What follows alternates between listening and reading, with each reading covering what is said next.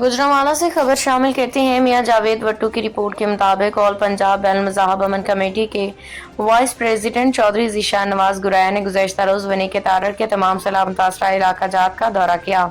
सैलाब में गिरे हुए खानदानों की फौरी मदद की, उनके मुतासरा खानदानों को बच्चों को प्यार किया और कई फीट पानी में डूबी फैमिलियों और उनके बच्चों से इज़हार हमदर्दी किया। अक्सर फैमिलियाँ कई दिनों से भूखी प्यासी थीं, जिन्हें चौधरी ज़ीशान नवाज गुराया ने खाना, पानी, फ्रूट, कपड़े, जूते अपनी टीम के हमरा, जिनमें डॉक्टर राना तोकीर, अहमद हारिस तौकीर, मियां अतीकुर रहमान, कर्नल आसिफ चीमा, मोहम्मद नवाज गुराया, मोहम्मद मुदस्सर नवाज गुराया, इमरान अब्बास गुराया, चौधरी बुराक गुराया जर्मन के अलावा दीगर सैकड़ों अफराद शामिल थे ने घर घर जाके कई फीट पानी में जाके राशन तकसीम किया।